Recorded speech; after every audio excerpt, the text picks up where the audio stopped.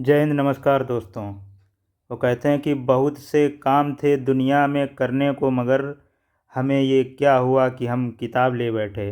तो आइए इन्हीं लाइनों के साथ हम शुरू करते हैं रक्षक सीरीज।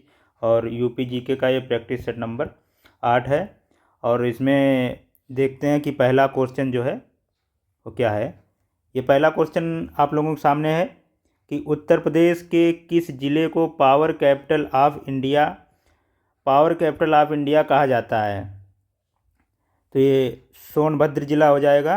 और क्या है कि भारी बिजली भारी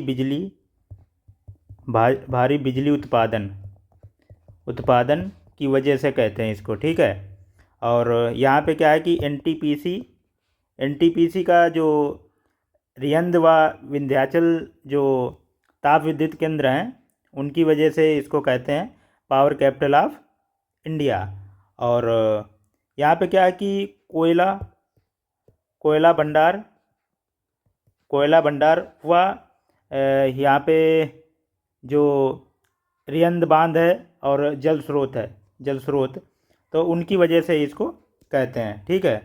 तो इसमें क्या है कि यहाँ पे ये बिजली जो बनती है वो यूपी को तो बिजली मिलती ही है, और यहाँ से और भी जो राज्य हैं उनमें भी बिजली जाती है, इसीलिए इसको पावर कैपिटल ऑफ इंडिया कहते हैं। तो आइए देखते हैं कि दूसरा क्वेश्चन कौन सा है। ग्रीन पार्क स्टेडियम कानपुर में पहला टेस्ट मैच कब खेला गया था। देखिए, पहला तो इसमें क्वेश्चन यही बन जाएगा कि ग्रीन पार्क जो स्टेडियम है वो कहाँ है। तो आपके कानपुर में स्थित है। और ये पहला क्वेश्चन हमारी यूपी जीके में पूछ सकते हैं कि ग्रीन पार्क स्टेडियम जो है वो कहाँ स्थित है। तो ये कानपुर में हो जाएगा। तो इसमें जो पहला मैच खेला गया था वो 1952 में खेला गया था। और 12 से 14 जनवरी 12 से 14 जनवरी को खेला गया था। और भारत व इंग्लैंड का मुकाबला हुआ था। इंग्लैंड का मुकाबला हुआ था। अच्छा, इसमें जीत किसकी हुई थी? तो जीत इसमें इंग्लैंड की हुई थी, ये जीता था। और इसके जो कप्तान थे, जो इंडिया के कप्तान थे उस टाइम, इंडिया के जो कप्तान थे वो विजय हजारे जी थे। विजय हजारे। आप लोगों ने एक ट्रॉफी का भी नाम सुना होगा, विजय हजारे ट्रॉफी। तो उत्तर प्रदेश के किस क्षेत्र में सोयाबीन की खेती मुख्य रूप से की जाती है। तो सोयाबीन की खेती जो उत्तर प्रदेश के वो बुंदेलखंड क्षेत्र में की जाती है। और बुंदेलखंड का जो क्षेत्र है उसमें कौन से ज़िले आ जाते हैं? झांसी में की जाती है, ललितपुर ये मुख्य रूप से हैं, और जालौन, ठीक है। यहाँ की जो जलवायु और मिट्टी जो है वो सोयाबीन की खेती के लिए बहुत ही अच्छी मानी गई है, इसीलिए यहाँ पे सोयाबीन की खेती होती है, ठीक है। अब आ जाते हैं क्वेश्चन नंबर 4 पे। उत्तर प्रदेश की किस जनजाति में बदला विवाह की प्रथा प्रचलित है। बदला विवाह समझते हो? बदला मतलब किसी से बदला लेना नहीं। ये बदला का मतलब यहाँ पे है एक्सचेंज। इंग्लिश में समझें, एक्सचेंज ऑफर जैसे बोलते हैं। बदले में किसी चीज़ लेना, किसी चीज़ के बदले में कोई चीज़ लेना। तो बदला विवाह का जो यहाँ पे प्रथा प्रचलित है वो किस में है, किस जनजात में है? तो थारू जनजात में है। बदला विवाह का मतलब है कि अपनी जो जो दो परिवार रहते हैं, दो परिवार अपनी बेटी एक दूसरे से बदलते हैं। ये उनको अपनी बेटी उनके यहाँ ब्याह कर देते हैं और वो इनके यहाँ कर देते हैं, ठीक है। बेटी बदलते हैं, ठीक है। समझ गए होंगे आप लोग। अब आते हैं क्वेश्चन नंबर 5 पे। वर्ष 1924 में हिंदुस्तान रिपब्लिकन एसोसिएशन HRA की स्थापना उत्तर प्रदेश के किस शहर में हुई थी। तो इसकी स्थापना जो थी उत्तर प्रदेश के कानपुर में हुई थी। और कानपुर में कब हुई थी? तो अक्टूबर 1924 अक्टूबर 1924 में हुई थी। और किसने? सचिंद्र सान्याल, राम प्रसाद बिस्मिल व योगेंद्र योगेंद्र चटर्जी जैसे महान क्रांतिकारियों ने की थी। और आइए देखते हैं इसमें अब 6 नंबर क्वेश्चन कि उत्तर प्रदेश के किस जिले में देश का पहला मॉडल टाउन विकसित किया जा रहा है। तो मॉडल टाउन जो विकसित किया जा रहा है वो हापुड़ पिलखुआ। आप लोग जो जब दिल्ली जाते हैं तो ये पड़ता है हापुड़ पिलखुआ करके स्टेशन एक पड़ता है, तो वहीं इसको विकसित किया जा रहा है। अच्छा, इसका मतलब क्या है? इसका मतलब जो मॉडल टाउन का मतलब जो है वो मॉडल टाउन का मतलब यही है कि यहाँ पे जो सड़कें बनेंगी वो फर्स्ट क्लास सड़क होगी और बहुत ही बेहतर सुविधाएं होंगी। जैसे कि जो बिजली जैसे हमारे यहाँ जो बिजली के तार रहते हैं वो बाहर खंभों पे रहते हैं, लेकिन यहाँ अंडरग्राउंड रहेगा सब, ठीक है। और पानी की जो ये नालियाँ हैं ये सब बंद होंगी, तो ऐसे मतलब बिल्कुल A1 ग्रेड का ये टाउन रहेगा, ठीक है। और देखते हैं क्वेश्चन नंबर 7, उत्तर प्रदेश में रानी हो मेमोरियल पार्क कहाँ स्थित है जिसे दक्षिण कोरिया के सहयोग से बनाया गया है। तो ये स्थित है अयोध्या में। अयोध्या में कहाँ?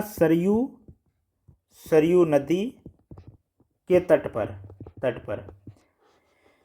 अच्छा, पता है आपको कि ये जो मेमोरियल पार्क बनाया गया है इसे दक्षिण कोरिया के सहयोग से क्यों बनाया गया है? मतलब दक्षिण कोरिया ने क्यों सहयोग किया है इसमें? तो देखिए 2000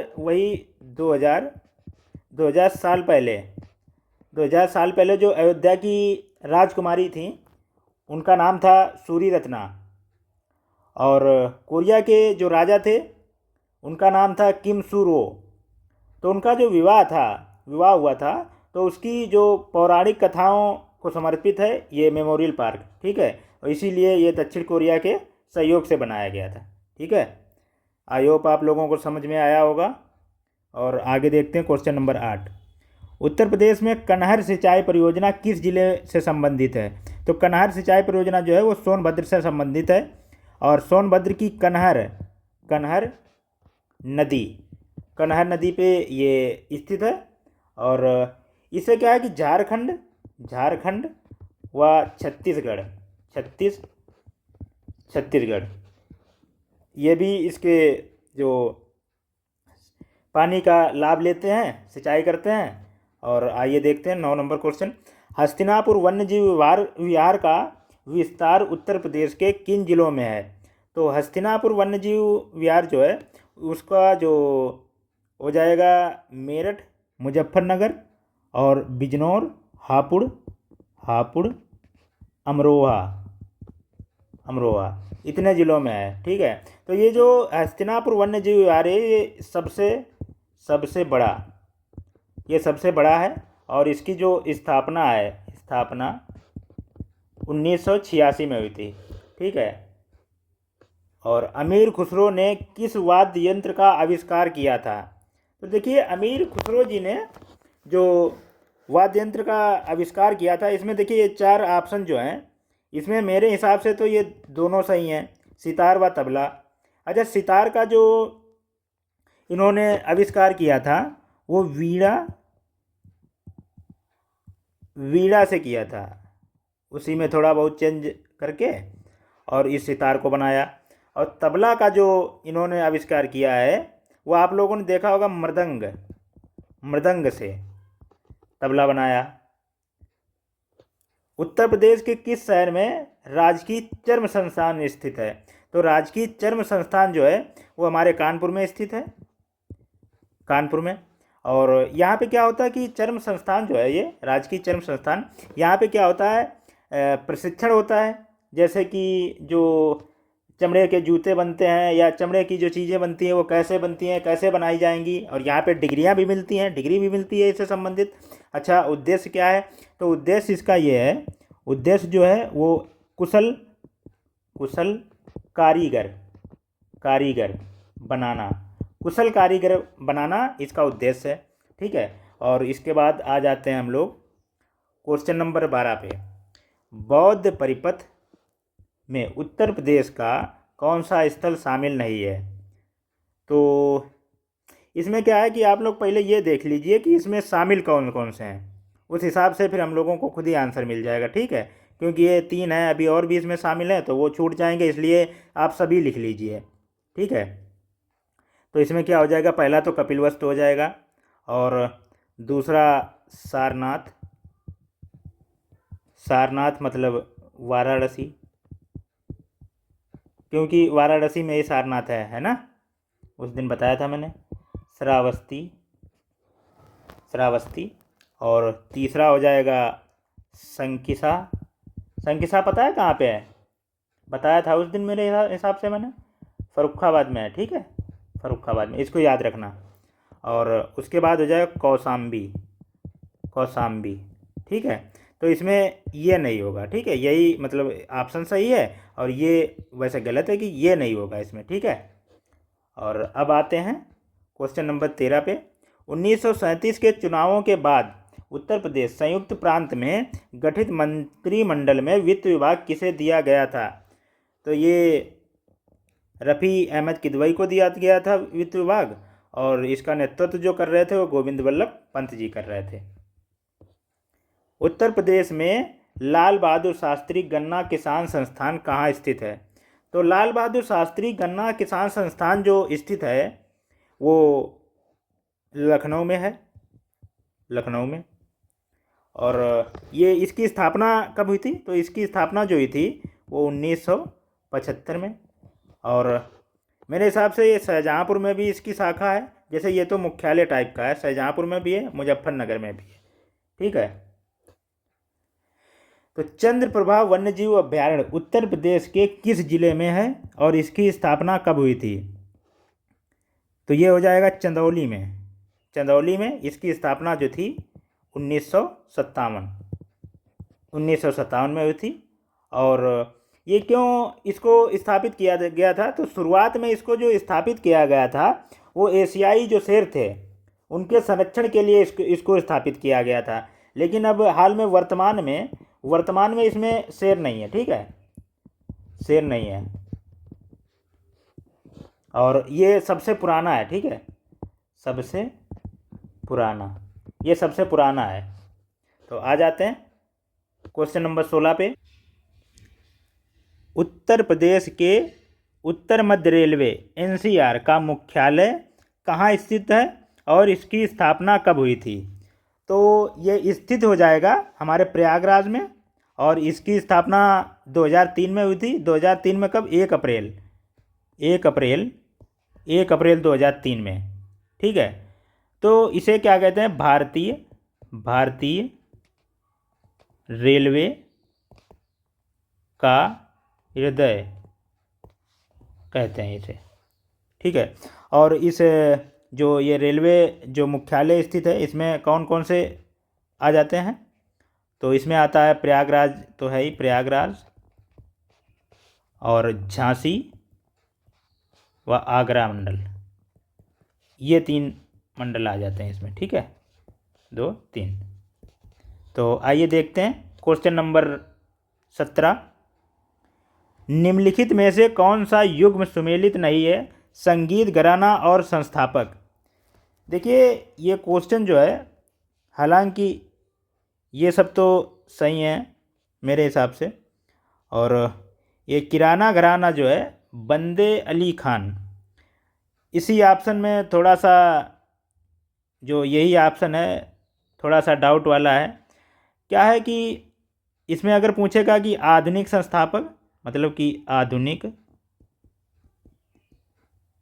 संस्थापक, तो हो जाएगा कि अब्दुल करीम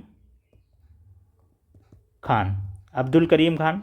लेकिन ये जो बंदे अली खान थे ये बीन वादक थे, ठीक है। बाकी आ जाते हैं। उत्तर प्रदेश में सुराहा ताल पक्षी विहार का नाम बदलकर अब क्या रख दिया गया है और यह किस जिले में है?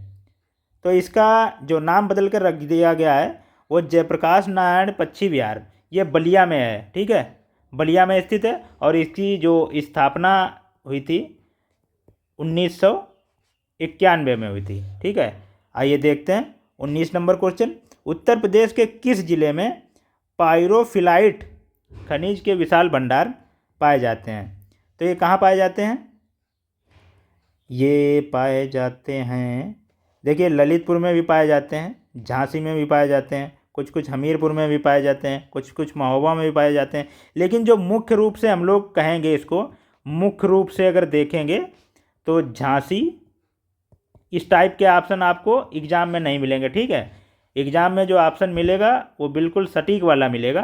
तो इसमें झांसी और हमीरपुर ये ज़्यादा तगड़ा लग रहा है, ठीक है, इसी को लगाइएगा आप। देखते हैं 20 नंबर, वर्ष 1916 के ऐतिहासिक लखनऊ समझौते की अध्यक्षता किसने की थी? तो इसकी जो अध्यक्षता की थी वो अंबिकाचरण मजूमदार जी ने की थी। और इसी में जो नरम दल और गरम दल थे वो इसी में मिले थे। और वो लोग अलग कब हुए थे? तो 1907 के सूरत अधिवेशन में अलग हुए थे। और वो लोग 1916 के लखनऊ समझौते में वो लोग मिले थे, ठीक है। और इसी के क्वेश्चन के साथ हमारी ये क्लास पूरी होती है। और सर की भी क्लास रहती है मैथ्स की, आप लोग देखते रहिए। और बड़ी ही जल्दी आज मैंने क्लास करवाने की कोशिश की है, जिससे कि आप लोगों का टाइम भी बच जाए और मुझे भी थोड़ा ज़रूरी जाना है, इसलिए ओके, धन्यवाद, नमस्कार, जय हिंद।